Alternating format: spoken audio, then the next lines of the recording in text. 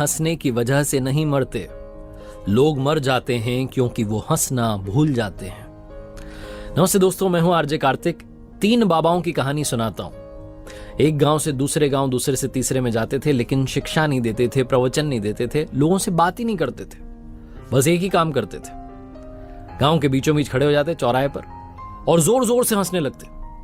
उनको हंसता हुआ देख करके 5-10 लोग इकट्ठे हो जाते, फिर भीड़ होती थी तो और लोग आ जाते और ये हंसते ही रहते थे, पूरे कॉन्सेंट्रेशन के साथ, डेडिकेशन के साथ, तल्लीनता से हंसते थे।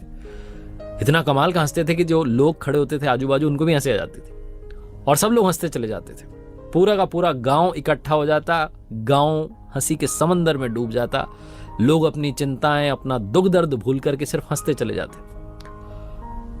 एक गांव में ऐसा करते, फिर दूसरे में जाते, तीसरे में जाते, इशारों में भोजन के लिए बता देते थे कि भूख लगी है, बाकी कोई और काम नहीं, कोई और बात नहीं। इसी तरीके से अपना जीवन बिता रहे थे।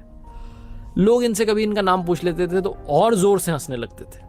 तो लोगों ने इनको हंसने वाले बाबा ऐसा नाम दे दिया, लाफिंग मंक। 3 लाफिंग मंक, तीनों हंसने वाले बाबा। पूरा जीवन ऐसे ही बिताया इन्होंने।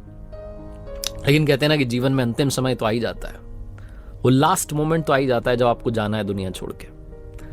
तो इनमें से एक बाबा की जिंदगी में ओपल आ गया। एक गांव में रुके हुए थे, शाम का समय था, उनकी तबीयत खराब हुई। इशारों में बाकी 2 ने बुलाया कि फटाफट से बुलाओ किसी को। तो वैद्य जी को बुलाया गया।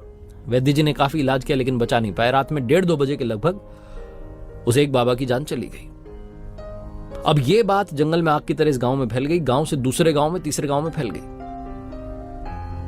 लोगों को ये बात नहीं थी, ये दर्द नहीं हो रहा था कि वो व्यक्ति की जान चली गई। उनको ये था कि जो बाकी के 2 हैं, अब उनका एक साथी चला गया है, अब तो वो पक्का रोएंगे। हम उन्हें रोते हुए देखना चाहते हैं। लोगों की अपनी अपनी सोच। तो अगली सुबह का लोग इंतजार करने लगे। भीड़ इकट्ठी हुई और लोग चल पड़े देखने के लिए कि अब तो वो दोनों रो रहे होंगे अपने साथी की मौत पर। जैसे से पास जा रहे थे, हंसने की आवाज आ रही थी। थोड़ा और पास गए तो देखा कि वो और जोर से हंस रहे हैं। इतना तेज हंस रहे हैं जितना तो जीवन में कभी नहीं हंसे। वो लाश रखी हुई थी, उसके पास में दोनों बाबा जो बचे हुए थे, दोनों हंसे जा रहे। लोगों ने जाकर के समझाने की कोशिश की कि आपका साथी चला गया है, कितने इमोशनलेस हो, आपके अंदर इमोशंस ही नहीं है। आपका साथी चला गया है दुनिया छोड़कर के, कम से कम आज तो मत हंसो, आज तो थोड़ा रो लो। वो जो बाकी के 2 बाबा थे, जीवन में पहली बार बोले। उन्होंने कहा कि हम तीनों में शर्त लगी थी कि जो भी दुनिया पहले छोड़ करके चला जाएगा, बाकी दोनों उसकी मौत पर हंसेंगे। हमारा ये साथी आज शर्त जीत गया, हम हार गए। हम अपनी हार पर, इसकी जीत पर हंस रहे हैं। अब अंतिम संस्कार की बारी आई, चिता पर लेटाना था।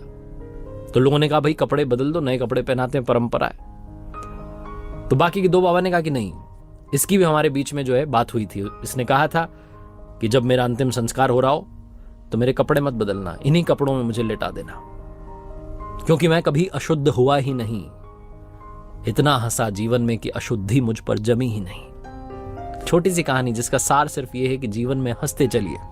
हम में से बहुत सारे लोग हंसना भूल चुके हैं, इतना टेंशन में रहते हैं, इतना स्ट्रेस पाल रखा है कि मुस्कुराना भूल गए। इस दुनिया में ईश्वर ने हम मनुष्यों को एक गुण दिया है कि हम हंस सकते हैं, मुस्कुराहट फैला सकते हैं, मुस्कान बांट सकते हैं, लेकिन हम उसी गुण को भूलते जा रहे हैं।